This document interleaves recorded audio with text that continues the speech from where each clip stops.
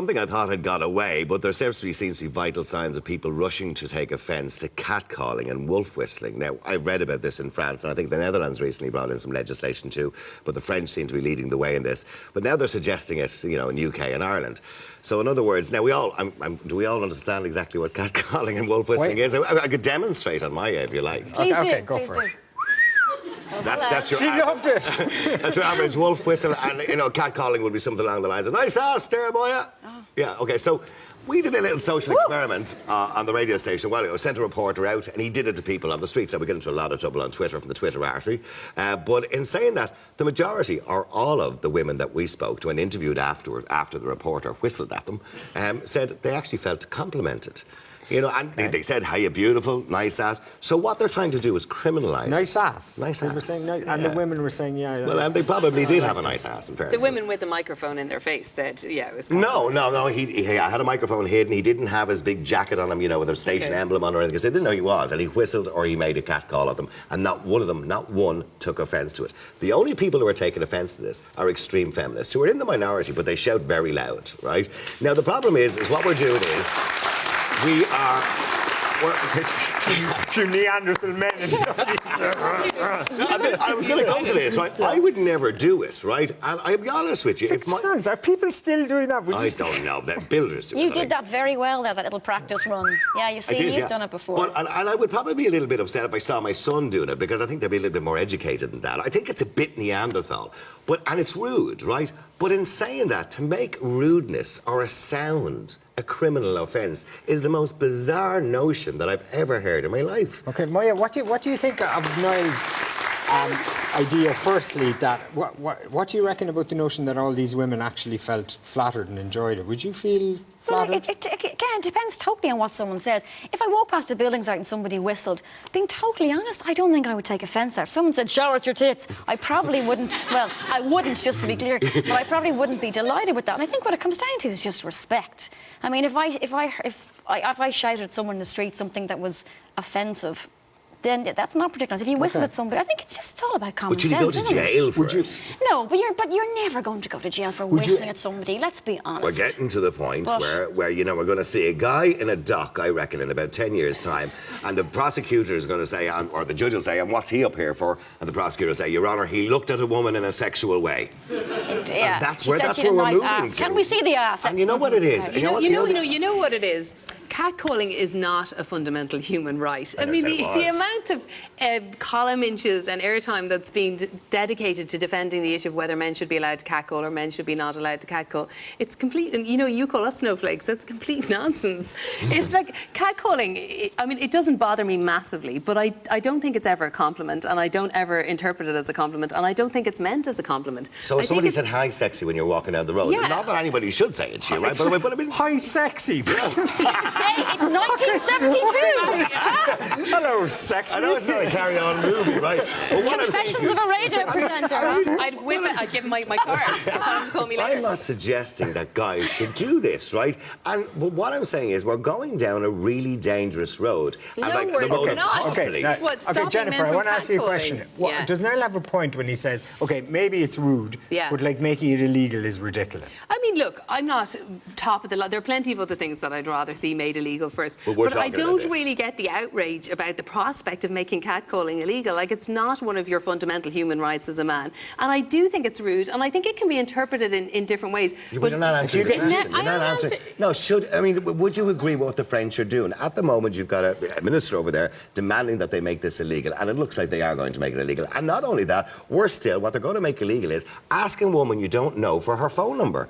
That's going to be illegal. Okay, we're going all over the place here. It's more about street harassment, and the law that's been brought in Belgium, and the first case was taken last week, is about street harassment. Harassment would be, where would you draw the line? I mean, somebody wolf whistling at me, I'm not going to take offence at, but there are times when you feel, and you know, it's not a coincidence that it never seems to happen when you're with other people. It always happens when you're either alone or outnumbered. So it's not a compliment. It's not about somebody letting me know that they think I'm looking well. It's about somebody letting me know that they have the power in a situation. Has this happened to you recently, like in recent times? Yeah, I mean, look, it happens less frequently as I get older, but it happens. I was out for a run not that long ago. No, it's really one of the things I'm happy to say goodbye to. I was out for a run not that long ago, and I went along a quiet country road beside a pub, and a guy came barreling out the side door of the pub at the same time that I was running past, and he thought it was great fun to run with me along this really deserted country road and to try and get me to hug him. Okay, well, that's immeasurably creepy. Yeah, it was creepy. Now, I actually didn't feel threatened by it. I felt annoyed. But you know what I thought? I thought this is like one more piece of bullshit that women have to put up with, that men never have to put up with. Hang on, if and men don't factor into it that women, when we're on our own or when we're in a situation like that, we're always in a state of slight raised awareness. Like, should I go down that street? No, I think I'll go that way. Should I go down that lane? No, I won't. But you're not always a victim. No, but we're in a state of slight raised awareness that you are more vulnerable. If I'm walking down a street with you and you decide that you're going to make a remark to me or you're going to grab me or you're going to do something like that, not that I'm suggesting you ever would. No, that's sexual assault. Not that I'm suggesting you ever would. But, you know, what chance do I have? What chance does a woman have? You mentioned the word victim. Do you think, is a lot of this, you think, is slightly about a victim mentality? Well, it is. I mean, I believe that the extreme feminists, I would love to be a feminist. I know this is bizarre, right? I would actually You're welcome. No, they wouldn't have. They wouldn't have. I would love to be a feminist because I'm an equalist and I believe in equal opportunity. Let him talk. I'll shake your hand later. But I would love to be a feminist, but I cannot agree with this victimhood at the moment that's going on. They're raising young girls to become victims. I mean, we have, for example, girls. We have girls now. I mean, for example, re-remembering stuff from 20 or 30 years ago, which at the time was a bit of fun, or it was positive, or it was okay, and you're re-remembering. And I'm not talking about rape or sexual assault, and let's be clear what I'm talking about here, but instances that happened 20 years ago, and re-remembering these instances in a very negative tone, because they've been told by other women who are extreme feminists that this is the way you must remember this. Men are all evil. Okay, who's first on that, Jennifer? I'd love to jump in on that. I think you're right that feminism is allowing women to now recognise that they were victims of things that happened 20 or 30 years ago. You just reworded it. Let Jennifer talk. Let Jennifer talk. You just reworded what I said. Let Jennifer talk. I think it's a good thing. I think it's a good thing if feminism and the Me Too movement gives women recognition that something that they thought maybe 20 years ago, maybe 10 years ago, that they had to put up with, that it's not acceptable and they don't have to put up with it. And I think that's a good thing. I don't see what your problem is with that. My problem with it is, I'll tell you what my problem is. My problem is there's genuine rape victims, many of them watching the television tonight, women who've been sexually assaulted, and I mean genuinely sexually assaulted, and they're now being demeaned because their stories are being covered completely. We're forgetting about those people because we see so many stories, silly stories, of a woman 30 years ago because Dustin Hoffman happened to say something about breakfast. That's absolutely not true, Niall. No one's diminishing serious assault. They're not silly stories, and it's not demeaning to women. You know, women who have had an experience 20 years ago or 30 years ago, that at the time maybe they lacked the language or the context to understand that what happened to them. It was never okay. Seriously?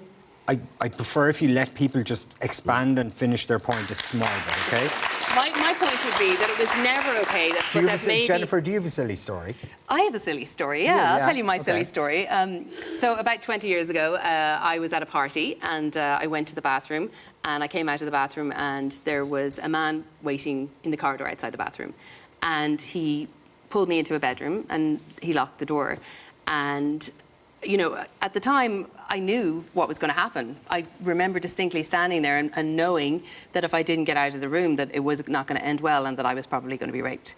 And luckily for me, incredibly luckily for me, one of my friends realised that I had been gone just slightly too long and realised that somebody had followed me, and she came looking for me and came hammering on all the doors until she persuaded him to open the door, and he let me out. And, you know, at the time, I thought I didn't brush it off. It affected me at the time, but I didn't think I had a leg to stand on. I didn't have the language or the context to understand that that was assault and that what happened to me was unacceptable and women shouldn't have to put up with it.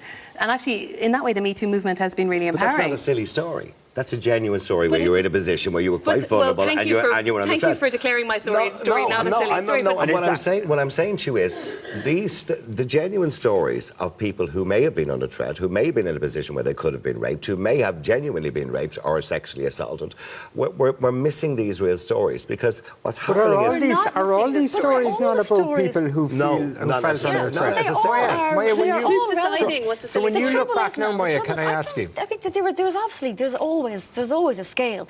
But I spoke to a friend recently, we were talking about the Me Too movement, and I said, God, I'm so lucky considering I've worked with so many men for so many years that I have no bad experience. And when she'd finished laughing, and she said, she was listing off all these stories that happened over the years. And the trouble is, when that kind of behaviour becomes so normalised, it's important to look back now. Nothing damaged me for life, nothing keeps me awake at night worrying, but there was one particular story. Remember when you were a lounge girl at 15? Lounge girl at 15, collecting glasses, and the barman said, look, when you go to those old lads in the corner, they're here every Friday, and I was working Fridays, always make sure you carry a tray. I said, but I carry more glasses than that tray. He goes, just do it. And I didn't one day, and I found out why, like they were gropers. And I thought, oh God, it was my fault for not carrying the tray. Never thought about it again. But I would hope now that young women, that's a very minor thing. It doesn't haunt me, but I'd forgotten about it. But the point is, that kind of behaviour is very normalised. I don't know if you have a daughter, but I would hope now that kind of behaviour... Is that not a reason why we should shut up about these things? It's not serious. We don't have these stories. It was normalised. Well, hang on. And it shouldn't have been. We do have these stories. Now. I was at a listener party in Limerick last year, and because the radio station is quite popular outside of Dublin as well, you know, it's like Justin Bieber walked into the building, but I walked in anyway, and you know, people are coming over, they're looking for selfies and all the usual. This girl comes over to me, when I say girl, sorry, she was probably in her mid-30s to 40, right? And she came over to me, grabbed me between the legs and squeezed me. Now, I mean, it was a good squeeze, right? So she grabs the genitalia, has a good little hang out of it, and says, I've always wanted to do that to you, Niall Boylan. And I'm kind of going, okay. Now, was that a silly story? No, but hang on a second. But I'm not remembering it now. Apart from you've asked me about it, okay. But I'm not remembering it in a sense that I'm not horrified by it. It's not going to define my life. I'm not going to turn around in 30 years' time and go, remember that woman in Limerick, I want to find out who she is. Do you think it's acceptable? Well, I see it happening all the time. I'm not saying... But I don't understand didn't your bother point. me. It depends on the person. It depends on the person. I told you I was only 15, if it is didn't bother bothering me. someone... It was a bit embarrassing, I'll be honest with you. Okay. But if it is bothering someone and it is defining their life, does that not mean they deserve more empathy? It depends on what it was. Okay, guys, we have to...